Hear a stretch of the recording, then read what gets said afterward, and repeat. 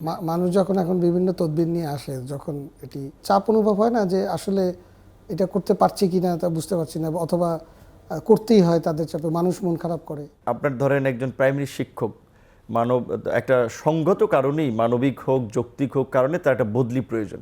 এখন সে আসছে তার এলাকার এমপির কাছে সুপারিশ করতে, এটা যদি না করি তাহলে তো সে গ্রামে বলবে যে না, এমপির কাছে গেছি, সে তো আমাদের সুপারিশ করে নাই।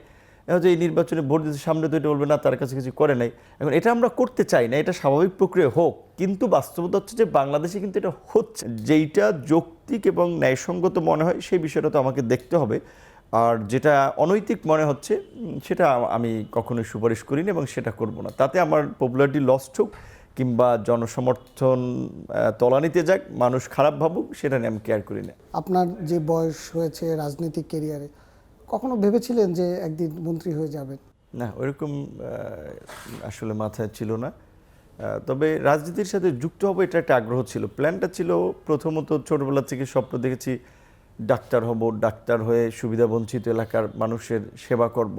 বা ঢাকা বিশ্ববিদ্যালয়ে ভর্তি হওয়ার পরে স্বপ্ন দেখেছি বিসিএস দিয়ে আমলা হব, তারপরে রাজনীতিতে যুক্ত হব, হয়তো একটা মিডিয়াম সারির নেতা হওয়া বা একটু কানেক্টেড থাকা। কিন্তু সেখান থেকে মন্ত্রী হওয়া কিংবা এত অল্প সময়ের মধ্যে এত গুরুত্বপূর্ণ জায়গায় আসা, দায়িত্বের জায়গায় আসা, এটা হয়তো কখনো প্ল্যান পরিকল্পনা ছিল।